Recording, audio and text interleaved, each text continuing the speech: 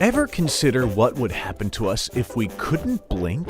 I don't know about you, Brainerd, but as a kid, we loved to have staring contests with our friends. And basically, you just stare and stare and stare. And if you blinked, you lose. Oh, you still play that game with people? You know what, Brainerd, at this point, we aren't even surprised. Keep on living your best life, my friend. Even though it may seem like an ability we all have that simply keeps our eyes from drying out, blinking is much, much more than that. Let's take a look, literally, at when humans evolved this trait, why we blink, and what would be the consequences if we couldn't. We'll even have Brainerd here keep his eyes open as long as he possibly can, so we can see exactly what would happen if you couldn't blink. Ready, Brainerd? And go. So, while Brainerd sits there with his eyes open, sans blinking, and before he starts to feel the burn, as they say, let's get the scoop on blinking. Why exactly do we do this? And when did we evolve the capability to do this? To answer that, we've got to go way back in time. We're talking 550 million years ago way back. This is the era that scientists say anything resembling an eye would have showed up on animals. Primitive? Yes. Most likely these very early eyes would have only been able to sense light and dark. But as time went on, the eye would slowly but surely get more advanced, due to, you guessed it, natural selection.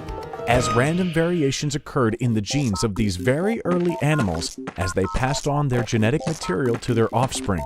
Sometimes a trait would show up that wasn't in the previous generation. Something as seemingly small as, say, a raised area around these very early eyes would help capture light better than the previous generation that didn't have this trait. Thus, this new trait is passed on to the next generation.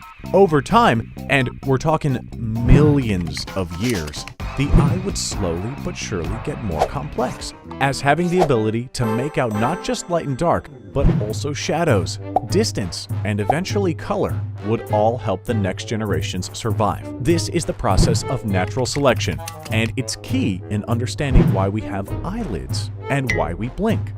See, it wasn't until about 347 million years ago that animals evolved something very close to what we think of now as our eyelids.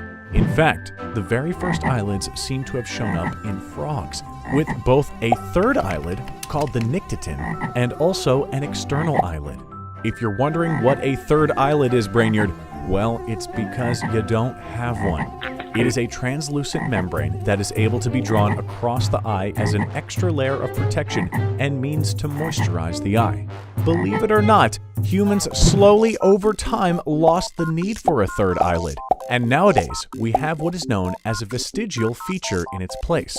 In other words, the remnants of the third eyelid is still there, but it serves no purpose. Ever wonder what that pink, fleshy patch is in the corner of your eye near your nose? That, my friend, is the nictitating membrane, and it is all that is left of having another eyelid in addition to the one we have. But wait. We're getting ahead of ourselves. We still haven't talked about the eyelids that we currently have. You know, what they do, how they work, what we would be like without them, all of that. Brainerd, you still doing okay? Still staring off into the distance and not blinked yet? Perfect. We'll check on you again in a bit to see how you're holding up without blinking. So, blinking is actually an incredibly important feature of our eyes, and this ability happens incredibly fast. The average blink will happen in about 1/10 of a second. But hey, that's all that's needed for your eyelids to do their job. In this literally blink of an eye, dust and other tiny materials are cleansed from the surface of your eyeball. With each blink, a new coat of oils and mucus are spread across your eye, and it keeps them nice and hydrated. Dry eyes are particularly susceptible to infection, so it's incredibly important that they stay as lubricated as possible. Blinking is also a quick line of defense against something potentially harmful entering your eye. This could be anything from an incredibly bright light to something flying right at your face. Thank goodness that blink happens so quickly. And hey, maybe we should give your eyelids a first place ribbon. They also clock in at the fastest muscle in the human body.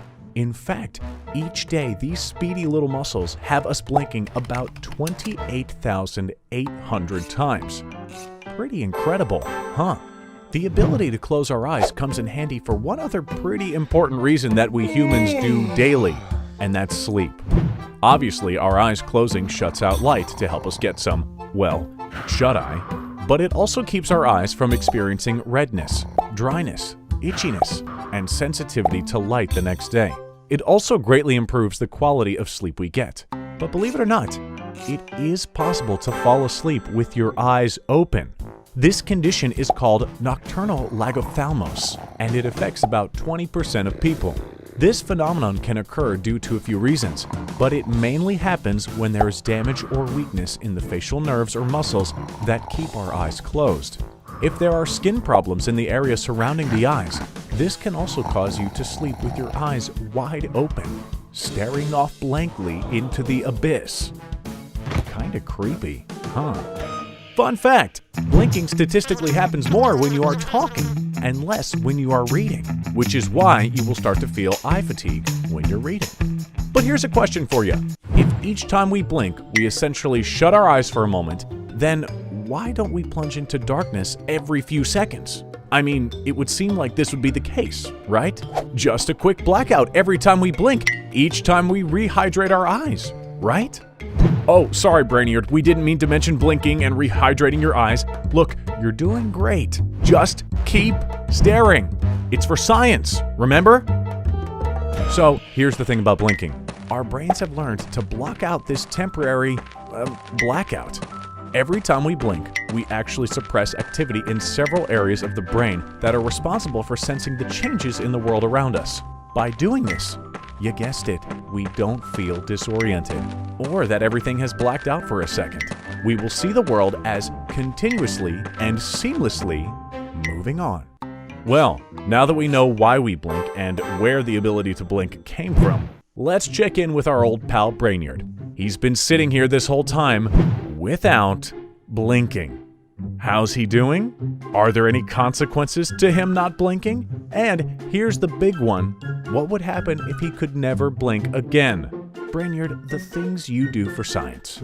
We love you, man. Well, as you can plainly see in our old buddy here, the first thing that would happen is our eyes would become incredibly dry. It would be really, really painful. The longer you keep your eyes open, the more dust and super small particles that are constantly flying through the air would have a chance to land on your eye. And just stay there. Without blinking, there's no way to reset the surface of your eye and give them a good wipe down. Think about the windshield of a car. If you never washed it.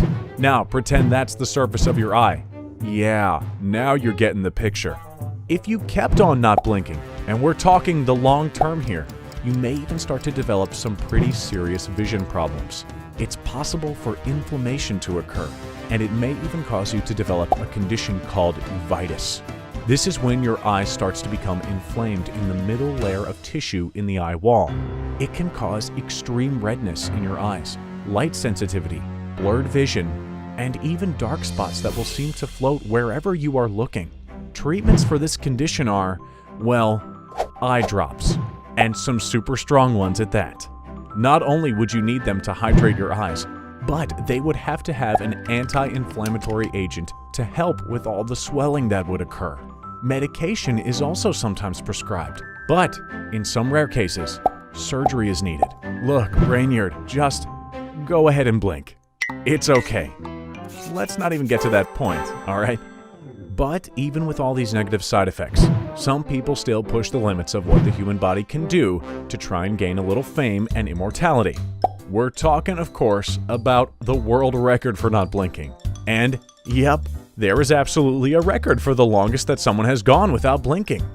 His name is Paulo Ballesteros, and he is an actor in the Philippines. Apparently, some of that acting training where they teach facial relaxation techniques paid off, because he was able to keep his eyes open for an astonishing 1 hour, 17 minutes, and 3 seconds without blinking. Even though he did this on a TV show, and there is video footage of it, unfortunately, the Guinness Book of World Records does not list this as an official record. Looks like if he wanted to make it into that legendary book, Paolo will have to do his attempt all over again. Unless Brainerd beats him to it. What do you say, Brainerd? Up for the challenge? Well, Brainerd, we can't thank you enough for keeping your eyes open that long so we all could see exactly what the consequences are. As I'm sure you felt, it's really not that fun. Redness, itchiness, dryness, and of course, upping the chances for infection are all things to worry about. But hey, if you can find a nice, humid, not too dusty space, then maybe this would be the ideal place to try and keep your eyes open as long as you can, and maybe even go for that world record. After all, the Guinness Book of World Records still hasn't made an official entry for this one. We say go for it, Brainerd. You'll be famous. Well, you'll at least be a hero in our book. We'll see you next time.